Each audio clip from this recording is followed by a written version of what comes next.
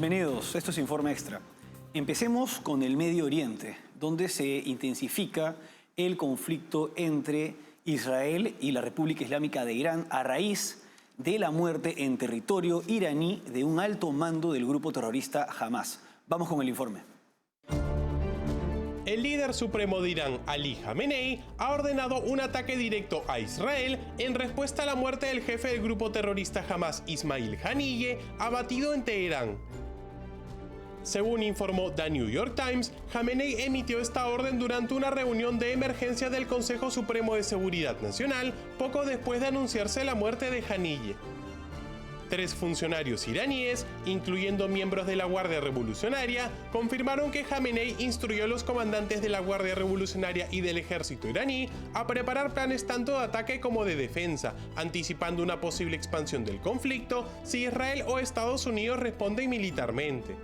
El incidente ocurre en medio del conflicto contra el grupo terrorista Hamas en Gaza y después de un ataque en Beirut que mató a un alto comandante de Hezbollah, respaldado por Irán. El primer ministro israelí Benjamin Netanyahu advirtió que se avecinan días desafiantes y que Israel está preparado para cualquier escenario y responderá con fuerza a cualquier agresión. En un comunicado, Khamenei prometió vengar la muerte de Haniyeh, calificándolo como un mártir. Funcionarios iraníes mencionaron la posibilidad de un ataque coordinado con drones y misiles contra objetivos militares en Tel Aviv y Haifa, evitando deliberadamente sitios civiles. El secretario de Defensa de Estados Unidos, Lloyd Austin, aseguró que su país defenderá a Israel si el conflicto se intensifica, aunque subrayó que se trabajará para reducir las tensiones a través de medios diplomáticos. Esta situación muestra la relación cercana entre Irán y grupos beligerantes en la región y su disposición a escalar el conflicto para defenderlos. Bueno, para entender el contexto pues, de esta escalada en el conflicto entre Israel y la República Islámica de Irán y los grupos terroristas de Hamas y de Hezbollah, tenemos que situarnos en los Altos del Golán. Los Altos del Golán son un territorio que en principio pertenecían a Siria, sin embargo fueron anexados por Israel en 1967 tras la Guerra de los 6 días. Desde ese año este territorio se trata de un territorio ocupado, los Altos del Golán. Es una guerra en la que Israel se adelantó a un ataque de Egipto, de Siria, de Líbano, de Jordania y de Irak. Venció y bueno, logró ocupar hasta el día de hoy este territorio. El bombardeo del sábado 27 de julio acabó con la vida de 12 niños y adolescentes en una cancha de fútbol en la zona de Magdal Shams, en los Altos del Golán. Asimismo, este misil dejó a unos 74 heridos. Y curiosamente, las víctimas de este ataque no pertenecen a la comunidad judía, sino que son drusos, que es un grupo étnico y religioso que vive en los Altos del Golán desde antes de la ocupación de Israel de este territorio. Bueno, y poco después de este ataque dentro del territorio controlado por Israel, se ha dado pues una respuesta que ha acabado con la vida de 2 importantes mandos de 2 grupos terroristas. Sin embargo, podría considerarse que no necesariamente se trata de una respuesta en vista de que los líderes terroristas enemigos de Israel son objetivos constantes de este Estado. Por lo que, y además hay que situarnos en el contexto de un conflicto más amplio, como es el de Hamas contra Israel y el de Hezbollah, también enfrentado a Israel, y aliados ambos de Irán. Bueno, la primera respuesta se dio el 30 de julio, el martes 30 de julio, con un bombardeo de Israel a la base del grupo terrorista Hezbollah en Beirut.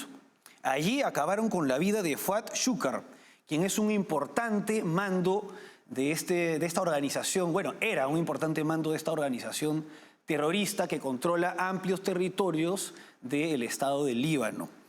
Y al día siguiente, esto es el miércoles 31 de julio, Israel acabó con la vida del principal líder del grupo terrorista Hamas, de nombre Ismail Haniyeh, quien se encontraba en Teherán, la capital de Irán. ¿Por qué se encontraba en Irán el líder del grupo terrorista Hamas? Bueno, Desde hace un año, Ismail Haniyeh estaba viviendo en Qatar. Sin embargo, fue invitado a la investidura del nuevo presidente de Irán, de nombre Masoud Pezeshkian, quien asumió en el día anterior a la muerte de este líder terrorista. Y Haniyeh se encontraba hospedado como invitado de honor en una residencia para veteranos de guerra, cuando a eso de las 2 de la madrugada del miércoles 31 de julio, un misil acabó con su vida. Esto constituye, estas 2 bajas en ambos grupos terroristas constituyen una victoria para Israel, en vista de que se trata de líderes que, digamos que son terroristas a nivel global. No solamente con relación a Israel, pertenecen a organizaciones que han afectado los intereses de diversos países, no solamente de Israel, y que además los grupos armados de estos grupos terroristas, de estas organizaciones terroristas, han perpetrado acciones terroristas contra civiles no solamente israelíes, pero en especial, el más importante, Ismail Haniyeh era el líder del grupo terrorista Hamas. No es cualquiera, se trata del grupo de la organización terrorista que en octubre del año pasado perpetró este ataque contra Israel, el mayor ataque contra la comunidad judía desde la Segunda Guerra Mundial, en que se acabó con la vida de 1.200 personas, no solamente ciudadanos de Israel. Y además se secuestró a unas 250 personas, con lo cual se desató la actual guerra en la Franja de Gaza, que ha generado toda una crisis humanitaria, producto del ataque del grupo terrorista Hamas, liderado por este líder a quien ya se le dio de baja. Por otra parte, se ha acabado con Fuad Shukar, quien es, como lo he mencionado, un importante mando del grupo terrorista Hezbollah, que es una organización militar mucho más poderosa que Hamas y que digamos que es uno de los brazos armados de la República Islámica de Irán, en vista de que se trata de una organización terrorista de confesión chiita. Son musulmanes de orientación chií. Irán es el principal, régimen iraní, el principal régimen islámico de orientación chiita. El principal líder espiritual de los chiitas es el líder supremo de Irán, que es el Ayatollah Ali Khamenei. Y Hezbollah son chiitas.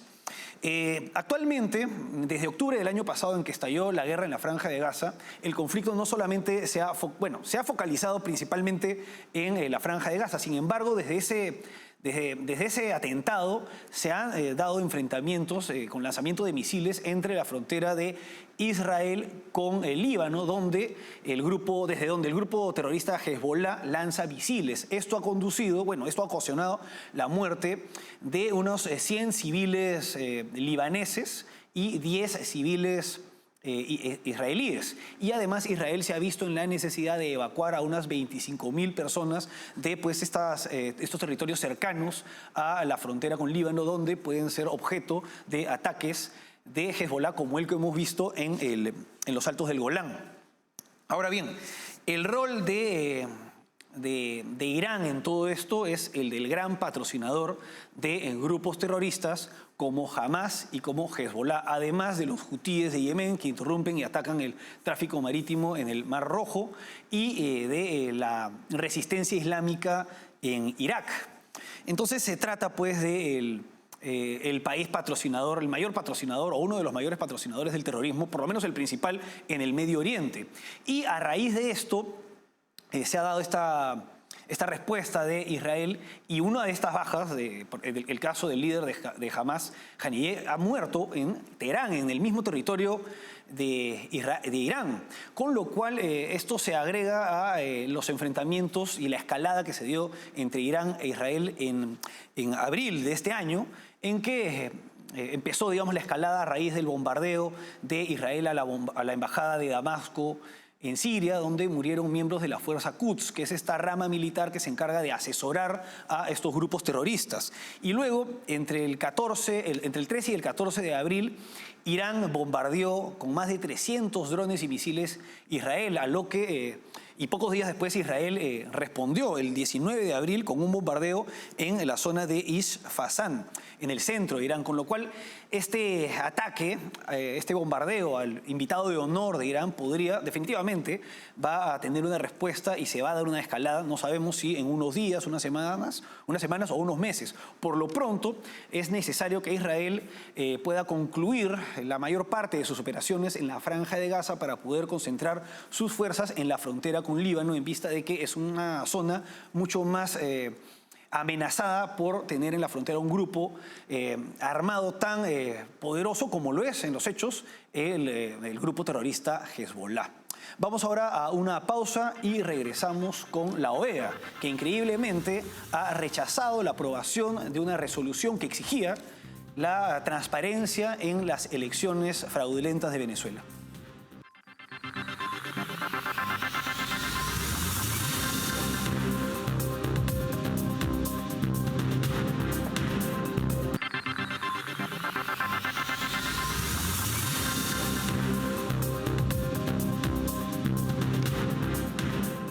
Seguimos en Informe Extra. La OEA, organismo regional que tiene entre sus propósitos esenciales la defensa de la democracia representativa, increíblemente no aprobó una resolución que exigía que se transparentaran las elecciones fraudulentas en Venezuela. Vamos con el informe.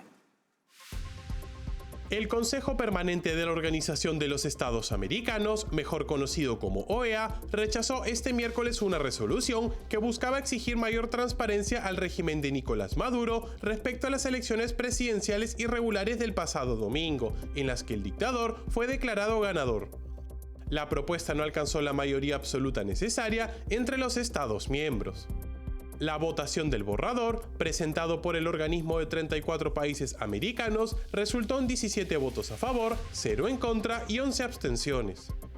Entre los países que se abstuvieron, destacaron Brasil y Colombia, quienes previamente habían solicitado al régimen de Maduro la publicación de las actas electorales para despejar dudas sobre los comicios, pero han rechazado una mayor presión sobre la dictadura.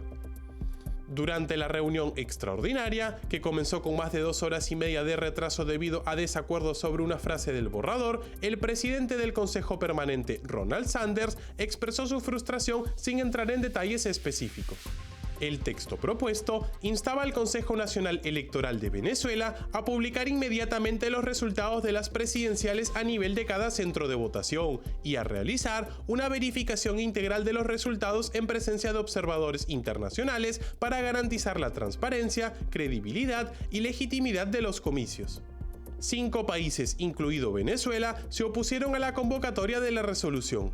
La falta de acción de la OEA pone en cuestión su utilidad para realmente intervenir en casos de evidente violación de la democracia. Así, este tipo de eventos generan críticas sobre la finalidad de la institución supranacional. La OEA se creó en 1948 con el fin de asegurar la paz y la estabilidad en la región. Entre los propósitos esenciales de la Organización de Estados Americanos está la defensa de la democracia representativa, un concepto específico de democracia que se basa en la separación e independencia de poderes, la alternancia en el poder, las elecciones libres, las libertades civiles y políticas, como por ejemplo la libertad de expresión, entre otros derechos fundamentales que son inexistentes en regímenes antidemocráticos como Cuba, como Nicaragua y como Venezuela. Y bueno, desde su carta fundacional, y esto hay que tenerlo muy en claro, la OEA menciona claramente la democracia representativa. Por ejemplo, en la introducción de la Carta de la OEA, que es el documento fundacional de este organismo, mencionan: cierto es de que la democracia representativa es condición indispensable para la estabilidad, la paz y el desarrollo en la región. Entre los propósitos esenciales de este organismo señalan promover y consolidar la democracia representativa dentro del respeto del principio de no intervención. Entre los principios que se requiere que la organización política de los Estados americanos sea sobre la base del ejercicio efectivo de la democracia representativa y la consolidación de la democracia representativa como responsabilidad común y compartida de los Estados americanos. Y también hablan de la suspensión del Estado miembro que no consiga restablecer la democracia representativa y coadyuvar al restablecimiento de la democracia representativa. Por lo tanto, se trata de un principio muy importante dentro de la OEA, fundacional.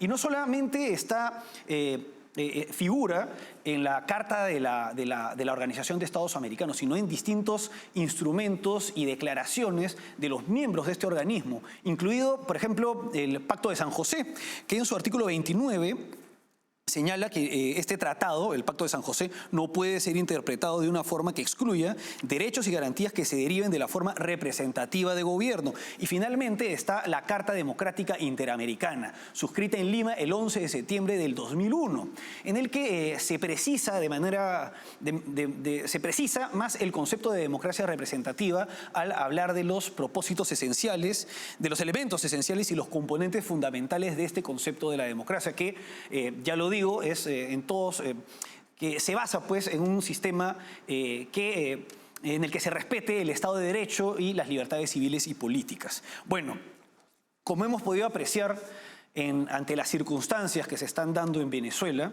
un Estado en el que se ha pervertido desde hace muchos años la democracia representativa y ha sido sustituida por un régimen abiertamente antidemocrático.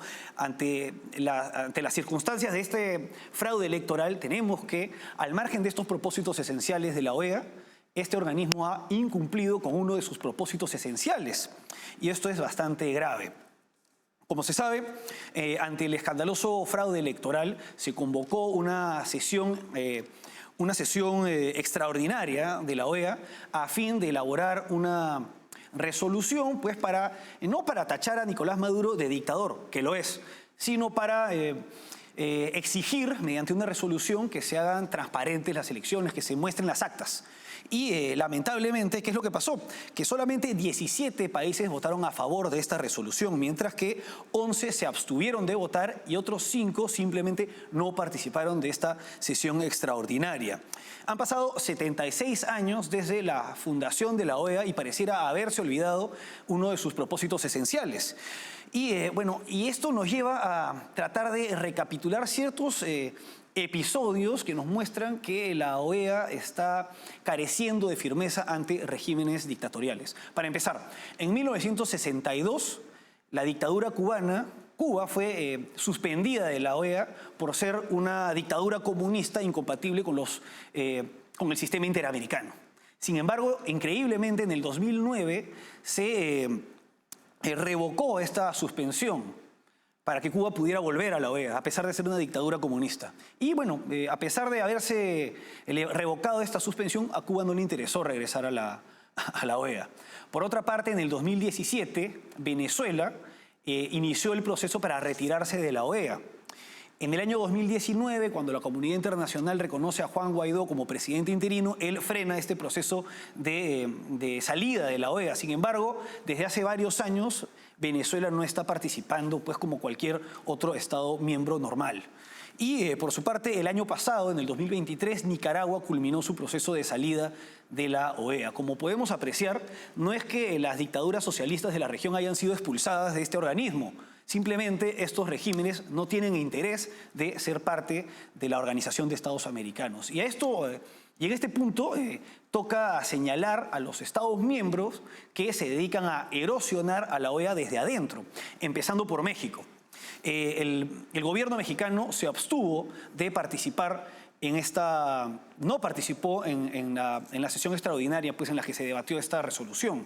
Y esto se debe a que, de acuerdo con el demagogo presidente mexicano Andrés Manuel López Obrador, la OEA había asumido una posición injerencista. Escuchemos sus declaraciones. Ahí está. ¿Qué se tiene que meter la OEA? ¿Qué se tienen que meter? O sea, eso es injerencismo, porque no es un organismo ni democrático ni autónomo, ni representa a los países de América. Ya esa organización debe reformarse. No sirve de nada. Bueno, sirve para agravar los problemas. Bueno, la OEA debería servir para fortalecer, preservar y defender la democracia representativa. Sin embargo, gracias a gobiernos como el de México, el de Morena, esto no se está dando. Y bueno, además de México, debemos mencionar también a Gustavo Petro y Luis Ignacio Lula da Silva, quienes se estaban posicionando de manera algo tímida en cuestionar al régimen de Nicolás Maduro. Sin embargo, acabaron quitándose la careta al hacer que sus respectivos gobiernos se abstuvieran de votar a favor de la mencionada resolución. Y bueno, a México, Brasil y Colombia se sumaron pues, Honduras, que también su presidenta Xiomara Castro es parte de este eje de países bolivarianos, y también las pequeñas islas del Caribe que desde hace años son funcionales a los intereses del chavismo. Y bueno, de este modo tenemos que lograron que la OEA no cumpliera con uno de sus propósitos esenciales.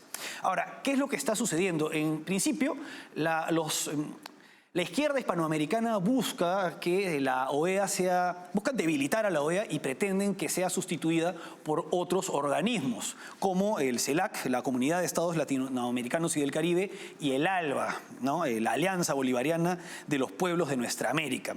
Están buscando que este tipo de organismos, a la larga, gradualmente, terminen imponiéndose y reemplazando a la OEA. Y además de esto, impulsan una concepción radical de la democracia, además de tratar de excluir digamos, estos foros a países como Estados Unidos y Canadá, que tienen sistemas de democracia representativa fuertes. Y bueno, ¿y qué tipo de democracia están impulsando? Como lo señalo, se trata de la democracia radical, la radicalización de la democracia, que es un concepto que buscaría desbordar la democracia representativa a través pues, de un sistema asambleario, de democracia directa y populista.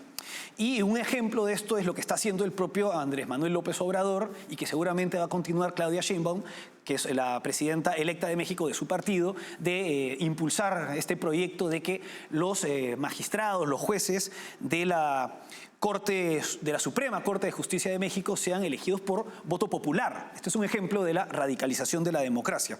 Y bueno, y por eso no llama la atención cuando se escucha a líderes de la izquierda hispanoamericana hablar de democratizar.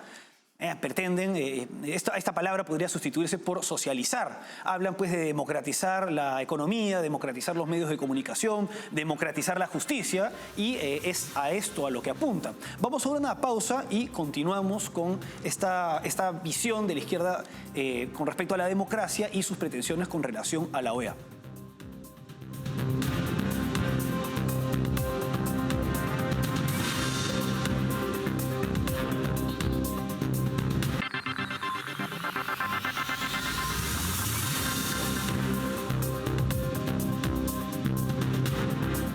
Seguimos en Informe Extra. En el bloque anterior hemos visto cómo la OEA no ha cumplido con uno de sus propósitos esenciales al aprobar una resolución que pedía transparencia en las elecciones venezolanas. Por otra parte, podemos apreciar que la OEA carece de una postura firme frente a regímenes dictatoriales y que Estados miembros de esta organización están erosionándola desde adentro. Además, esto se relaciona también con un proyecto de la izquierda hispanoamericana de impulsar una noción distinta de la democracia representativa, que es el concepto de democracia que acoge la Organización de Estados Americanos. Buscan sustituir esta noción por una de democracia radical, que se traduce en una democracia más asamblearia, populista, democracia directa.